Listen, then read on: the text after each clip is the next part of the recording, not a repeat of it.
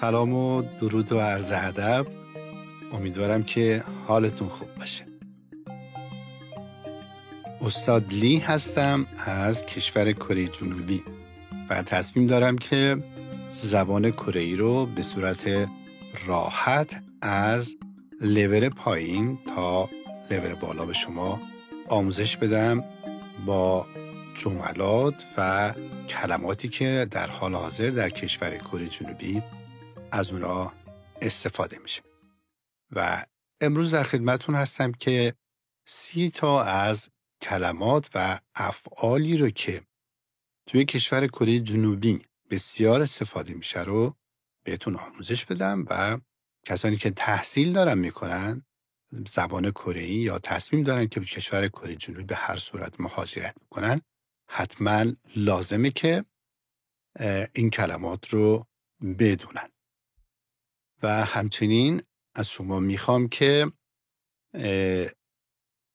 کانال ما رو سابسکرایب بکنید، لایک بکنید و به دوستانتون معرفی بکنید و در مورد زبان کره‌ای هر سوالی داشتید میتونید کامنت بذارید که به شما پاسخ خواهم داد. اما 30 کلمه ای رو که امروز انتخاب کردم، یا بهتره بگم 30 فعلی رو که انتخاب کردم، زمان حال و زمان گذشته اون رو با هر کدوم 2 مثال، زمان حال 2 مثال و زمان گذشته هم 2 تا مثال به شما یاد بدم. خب پس بریم سراغ افعال امروز. جوا هدا، من ندا، کجیدا، همچنین ایدا، 생각하다, 지불하다, 배우다, 쓰다, 걱정하다, 웃다, 놓치다. اینا گذشتهشون هم هست که میشه 좋아했다, 만났다, 가졌다, 있었다, 생각했다, 지불했다, 배웠다, 썼다, 걱정했다, 웃었다, 놓치었다. خب امروز 10 تا رو به شما آموزش میدم و در جلسه بعدی دوباره 10 تا و جلسه سوم 10 تای بعدی رو به شما آموزش میدم. همراه من باشید. اولین فعل امروز ما 좋아하다 است و معنیش میشه دوست داشتن. مثال رو نگاه بکنید. زمان حال رو دارم به شما میگم. 저 드레스가 좋아요. 저 드레스가 좋아요. من آن لباس را دوست دارم. رفتی فروشگاه و میخوای بگی که من اون لباس رو دوست دارم، به فروشنده میخوای بگی یا همراهت کسی که هست میگی 저 드레스가 좋아요. من اون لباس رو دوست دارم. و هر جمله ای رو که من میگم خوبه که پشت سر من تکرار بکنید که هم تلفظش رو یاد بگیرید هم بدونید که چطور باید بیان کنید. 저 میشه من، 드레스가 좋아요. من آن لباس رو دوست دارم. میخوایی از یه نفر سوال بکنی که آیا اونو دوست داری؟ اون چیز رو دوست داری؟ 그거 좋아해요؟ و یا خیلی عامیانه تر میخوای صحبت بکنی، از سن خودت پایین تر یا با یکی و یا با یکی که خیلی صمیمی شدی، دوست شدی، میتونی ویدیوی آخر رو حذف بکنی و بگی که 그거 좋아؟ 그거 좋아؟ و گذشته این فعل رو بیایید با هم نگاه بکنیم. مثلا میخواید بگی که او دختر رو دوست داشت. میخواید بگی که اون شخص اون دختر رو دوست داشت. اون پسر اون دختر رو دوست داشت. 그는 그녀를 좋아했어요. 그는 그녀를 좋아했어요. یا گفتم اگه میخواید که اصطلاحاً به زبان کردی میگن پنبل. پنبل فوش نیست، بی احترامی هم نیست، بلکه یه سطح لول پایین تر صحبت کردنه. با کسانی که صمیمی باشید، با بچه ها یا معمولا با والدین به این صورت صحبت میکنن. یو آخرش رو بر میدارن و میگن کنن کنیورو 좋아했어. جمله بعدی میخوای بگی که من کارم رو دوست داشتم. گذشته است. 나는 내일을 좋아했어요. 나는 내일을 좋아했어. ملاقات کردن و یا دیدار کردن به زبان کره میشه منادا. منادا مصدرشه و وقتی که میخواید به فعل تبدیلش بکنید دای آخر رو باید وردارید بهش زمان حال یو و یا گذشته و یا آینده رو بهتون که دارم یاد میدم نگاه بکنید ببینید که چطوری باید بهش اضافه بکنید. مثلا میخواید به یه نفر بگید که اولین بار ملاقاتش کردید، میخواید بگید که از دیدارتون خوشحالم یا خوشبختم. میشه من ناسو پنگاوایو. من ناسو نیست. بعضی میگن من ناسو. گذشته که نیست که. من ناسو پنگاوایو یا من ناسو پنگاس میدا. از دیدارتون خوشحالم یا خوشبختم. میخوای بگی ساعت 2 همدیگر رو ببینیم. توشیه من نزه و یا میتونی بگی توشیه من نیو. جفتش هم درسته. و این فعل من ندا گذشتش میشه من نده. مصدرشه. حالا ببینید چجوری تبدیل به زمان حال و گذشته میکنه. میخوای بگی که ما دیروز همدیگر رو دیدیم. 우리는 어제 만났어요. و یا به صورت پمل و یا اصطلاحاً خودمونی میشه 우리는 어제 만났어. و اگه بخواید همین رو سوالی بکنید کافی آخر جملتون رو به سمت صداتون رو به سمت بالا بکشید. میشه 우리는 어제 만났어요. ملاقات کردیم. و یا میتونید بگید 만났어. 우리는 어제 만났어. ما دیروز همدیگر رو دیدیم، ملاقات کردیم. و جمله آخر که زمان گذشته رو میخوام بگم، 2 تا زمان حال میگم براتون هر فعلی رو و 2 تا از زمان گذشته. میخوای بگی که من قبلا او رو دیدم. 나는 전에 그녀를 만난 적이 있어요. 나는 میشه من و اینجا یا میتونید بگید چونون لول بالاتریه و با احترام تره بهتره. 저는 그녀를 만난 적이 있어요. یا میتونید بگید 저는 그녀를 만났어요. من اون رو دیدم. و یا میتونید قبلا بهش اضافه بکنید میتونید بگید 저는 전에 그녀를 만났어요. و فعل بعدی 가지다 و 있다. معنی داشتن، بودن، هست، افعال to be رم میده. برای مثال مثلا میخوایم بگیم که من ماشین دارم. 나는 차를 가지고 있어요. 나는 میشه من، 차 که میشه ماشین، 가지고 있어요 یعنی دارم. یا 가지고람 میتونید نگید، میتونید بگید 나는 차가 있어요. 나는 차가 있어요. من ماشین دارم. و جمله بعدی رو نگاه بکنید. میخوای بگید که در خانه یک گربه هست. 집에 고양이가 있어요. در خانه یک گربه هست. پس 있어요 معنی هست و to be رو میده. و 가지고 بیشتر معنی داشتن رو میده. اما گذشته این افعال رو نگاه بکنیم. میخوایم بگیم که 그는 좋은 기회를 가지었어요. 그는 좋은 기회를 가지었어요. او یک فرصت خوب داشت. 그는 اونجا معنی مذکر رو میده. 그는 اگه بود مؤنث بود. 그는 좋은 기회를 가지었어요. او یک فرصت خوب داشت. جمله بعدی میخوایم بگیم که آنجا افراد زیادی بودند. 그곳에 در آنجا 많은 사람들이 있었어요. بودن، وجود داشتن. 그곳에 در اونجا 많은 사람들이 افراد زیادی 있었어요. بودند. و فعل بعدی 생각하다 یعنی فکر کردن. خیلی به این نفر بگی که تو چه فکری میکنی؟ یه موضوعی پیش اومده میخوای بهش میگی تو در این مورد چه فکری میکنی؟ میشه که نونان 어떻게 생각해؟ باش خیلی چون صمیمی هستی یوی آخر رو نذاشتی. اگه بخوایم یو رو بذاریم میشه نونان 어떻게 생각해요؟ تو چطوری فکر میکنی؟ و یا منظور چه فکری میکنی؟ حالا میخوای بگی که من فکر میکنم این یه فکر خوبه. زبان کره میتونیم بگیم 나는 그것이 좋은 생각이라고 생각해.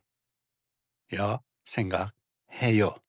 나는 میشه من 그것이 یعنی اون چیز 좋은 생각 فکر خوب 이라고 생각해. 생각해요. 나는 그것이 좋은 생각이라고 생각해. من فکر میکنم این یه فکر خوبیه. حالا گذشته این فعل رو نگاه بکنین که میشه 생각했다. 나는 그것에 대해 생각했어. من دربارش فکر کردم. 나는 그것에 대해 생각했어. و یا 생각했어요. گفتیم که یو که میاد یه مقدار لیور جمله از نظر ادبی میره بالاتر. میخوای بگی که من فکر کردم بامزه بود. 나는 그것이 재밌다고 생각했어. 나는 그것이 재미있다고 생각했어. و یا 했어요. جملات قشنگیه.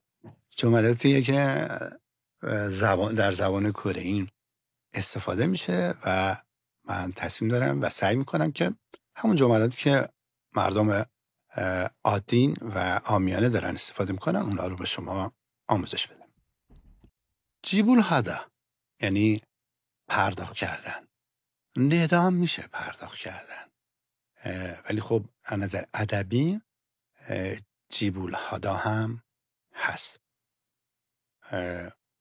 مثلا میخوای بگی که من رو پرداخت میکنم. 저는 그것을 지불해요. 저는 그것을 지불해. من اون رو پرداخت میکنم. یا میخوای بگی که من باید مالیات پرداخت کنم. 저는 세금을 지불해야 해요. 저는 세금을 지불해야 해요. من باید مالیات رو پرداخت کنم. اما گذشته این فعل رو بیاید نگاه بکنیم. 지불했다 این مصدرشه. حالا میخوایم تبدیل کنیم به فعل. میخوای بگی که من قبض را پرداخت کردم. صاحبخونه اومده پرسیدی که آقا پول قبض رو پرداخت کردیم؟ میخوای بگی آره من قبض رو پرداخت کردم. 저는 계산서를 지불했어요. 저는 계산서를 지불했어요. من قبض رو پرداخت کردم.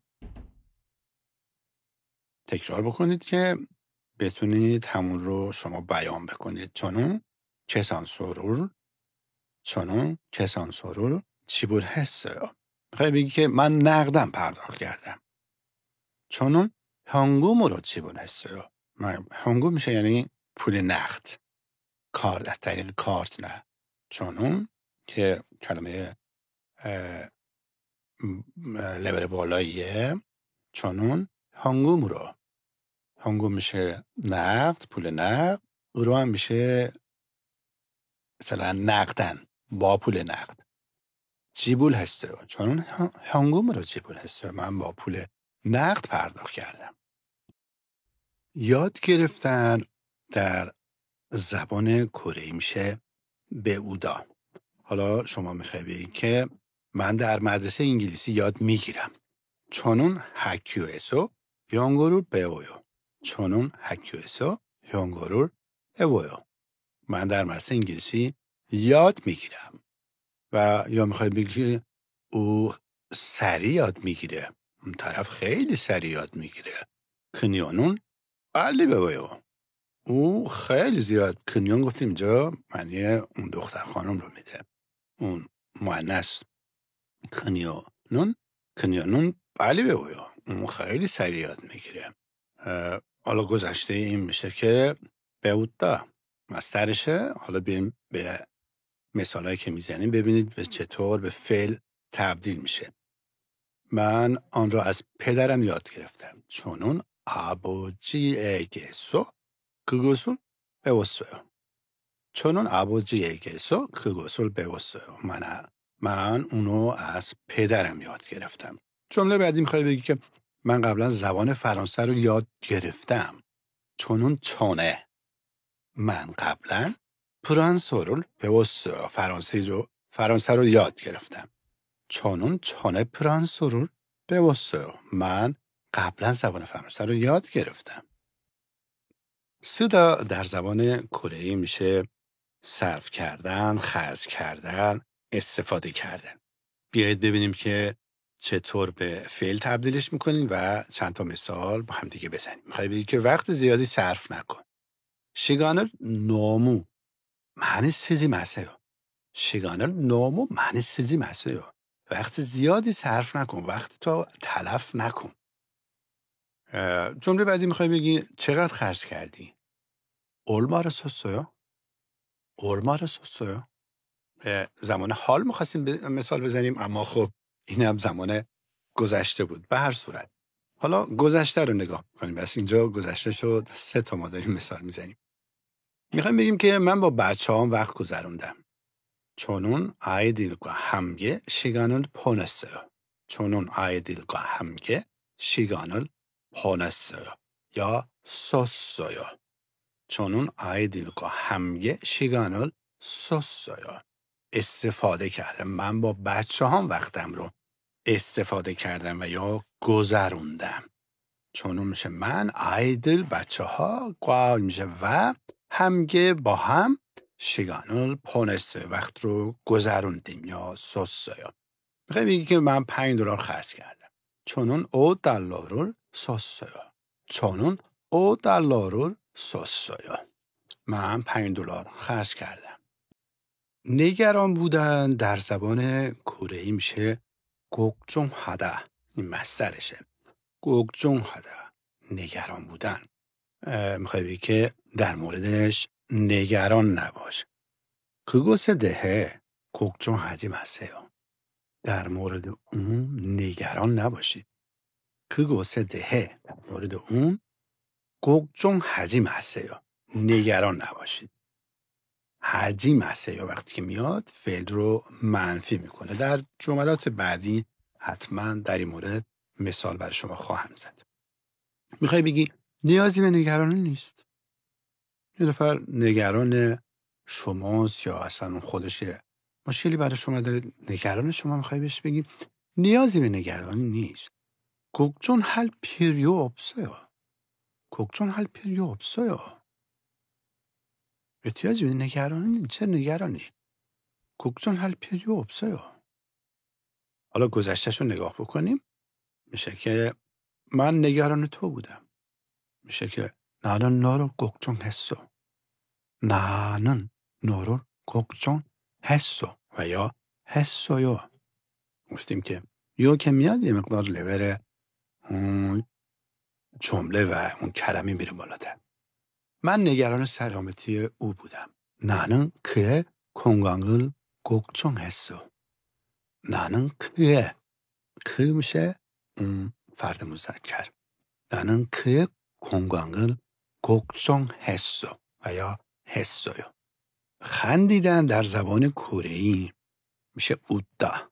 مصدرش 웃다. حالا بیایم ببینیم که 2 تا مثال زمان حال و 2 تا هم گذشته بزنیم ببینیم چطور از این کلمه فعل 웃다 استفاده بکنیم. تو باعث میشی من بخندم. 너 때문에 내가 웃어. 너 때문에 내가 웃어. نو میشه تو، 때문에 میشه به خاطر. پس میشه 너 때문에 به خاطر تو، 내가 من، 웃어 میخندم یا 웃어요. نخ من جدی هستم. نخ من جدیم.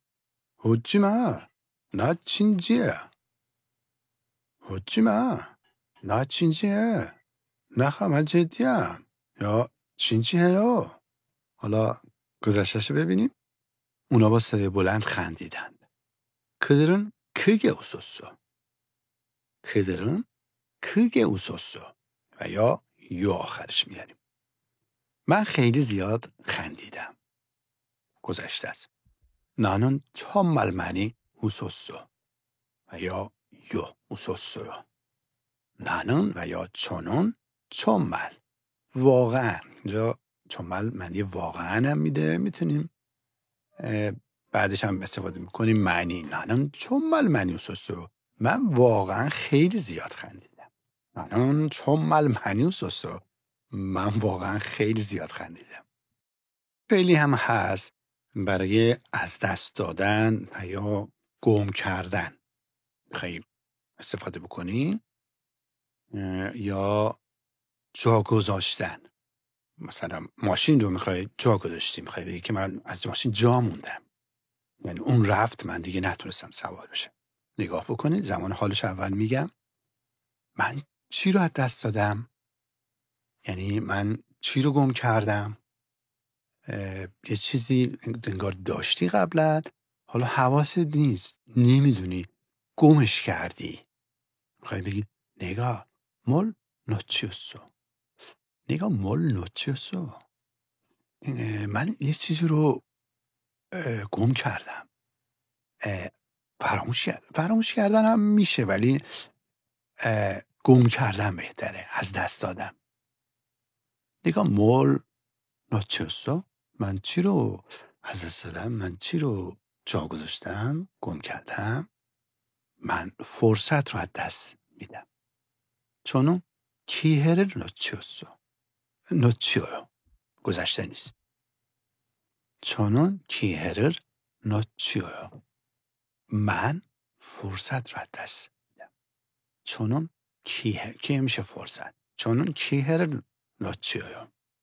بعد راستی قسمت بالا نگاه مول نوچیوسو اینم گذشته است که مثلا تو این نوچیدام از مثال برای گذشته 3 تا شد.